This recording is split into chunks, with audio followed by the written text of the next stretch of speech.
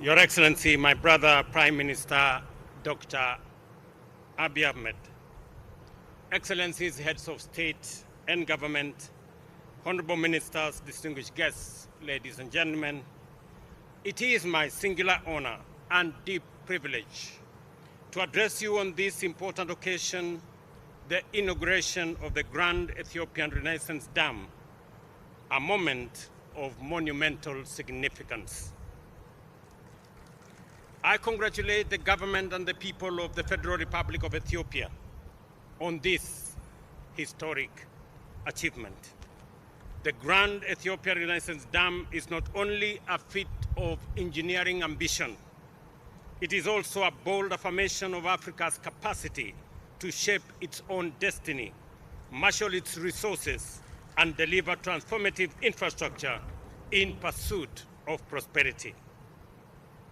Today, as we celebrate this milestone, we also reaffirm the enduring bonds of brotherhood, cooperation, and shared vision that unite our nations across the Horn of Africa and the wider Nile Basin. Kenya remains committed to working with Ethiopia, a key regional partner, as it takes this leap towards energy sufficiency and economic transformation. Your Excellencies, the Grand Ethiopian Renaissance Dam is not merely a national project. It is a Pan-African statement. It exemplifies the scale and ambition of African-led infrastructure and aligns with Africa Union's vision of continental energy connectivity. Despite Africa's vast renewable resources, the continent accounts for only 6% of global energy use, while nearly half of Africans, over 600 million people, still lack access to electricity, and close to 1 billion people also lack clean cooking solutions, with dire consequences for public health, education, and productivity. These deficits disproportionately affects women and children and hinder inclusive development. They drive up business costs, compromise hospitals and schools' operations, and constrain the life prospects of millions, particularly in rural and remote areas. Africa's energy demand is set to rise exponentially, driven by population growth and rapid urbanization. By 2030, 1 in every 5 people globally will live in our continent. Meeting that demand sustainably will require doubling current energy investments, with at least 2/3 directed towards clean energy, like the feat of engineering just behind us.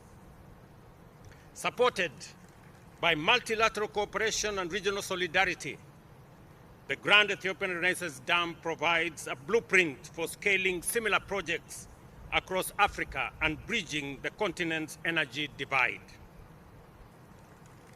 Distinguished guests, Kenya's partnership with Ethiopia on clean energy is a living example of regional integration. In 2022, Kenya began importing 200 megawatts of hydroelectric power from Ethiopia under a 25-year hydro power purchase agreement. This power is transmitted through a 1,045-kilometer Ethiopia-Kenya interconnector, a vital component of East Africa's power pool. Beyond affordability, this energy unstable supply enhances grid reliability, particularly during droughts when hydropower output is volatile. With Kenya's peak demand exceeding 2,300 megawatts and rising, this additional capacity strengthens our reserve margins and reduces supply deficits. I have already had a conversation with Prime Minister that we will be having an extended conversation on whatever reserve power that is available from this dam we are ready to sign a power purchase agreement so that we can offtake some of the power from this important dam. Reliability is especially critical for special economic zones, industrial parks, ICT hubs, and agro-processing facilities, all of which require consistent and affordable power to drive Kenya's development agenda. Additionally, this cooperation advances Kenya's climate and development goals with more than 90% of our electricity already sourced from renewable sources. We remain committed to achieving 100% clean energy mix by 2030. The Grand Ethiopian Renaissance Dam strengthens this transition by integrating zero-emission power into our grid and reducing reliance on fossil fuels. Importantly, it also supports Kenya's national development priorities under Vision 2030 and the bottom-up economic transformation agenda by expanding access in undeserved regions, empowering young people and women entrepreneurs, and promoting green industrialization. Excellencies, allow me to restate Kenya's commitment to constructive engagement in the wider Nile Basin discourse. We recognize the Nile's centrality to the lives and livelihoods of millions. Its shared use must be governed by principles of equity, sustainability, cooperation, and mutual respect. Kenya is firmly committed to safeguarding collective interests while working with brothers and sisters in our region. We believe that no country should be denied the opportunity to unlock a huge resource like the one that we are launching today, because indeed it becomes a shared resource. Ladies and gentlemen, we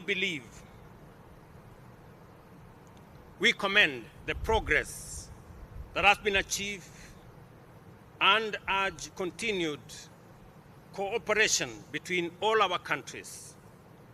And I want to commend the people, government, and more particularly my brother, Prime Minister Abiy, for this monumental achievement.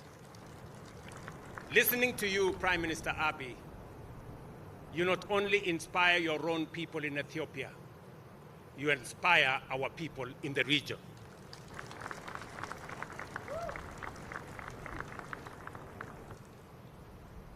Knowing very well that the sweat and blood and energy and effort and resources that have been put in the development of this dam was as a result of locally mobilized resources, money raised by Ethiopians to build this monumental project, gives us confidence of the ability of us as a people to take charge and command our own development into the future.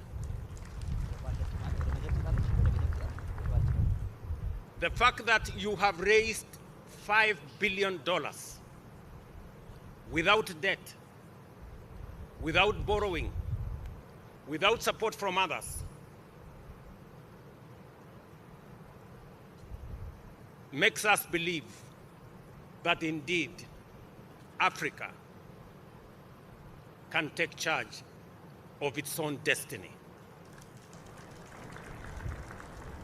I want to encourage you, Prime Minister Abiy, as my brother, continue to do what you're doing. You're doing the right thing. And if you are in doubt at any one moment, let me confirm to you, you are doing the right thing. Continue doing this, because our future is going to be dictated by what we do, the vision we carry, the hopes of our people that we turn into reality, as you are doing in this dam. Your brothers and sisters in Kenya I will give you an example. 2 years ago, we decided that we are going to get millions of our people.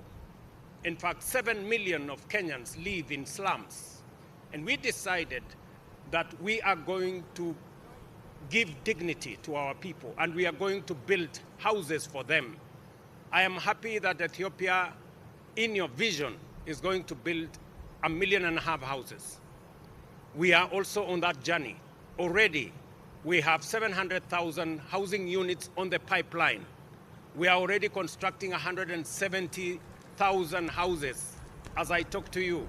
And Kenyans, from their own resources, without debt, without support from others, have raised $4 billion worth of projects under the housing program.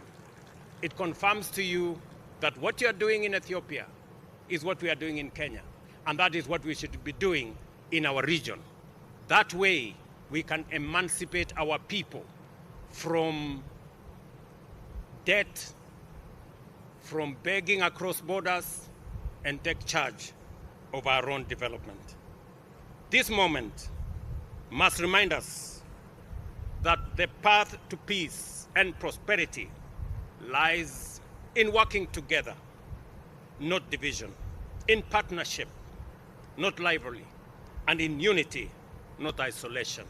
Together, we can transform our region, harness our shared resources, and shape a future of dignity and opportunity for all our people. I thank you. God bless Ethiopia, and God bless our region. Thank you very much. Thank you.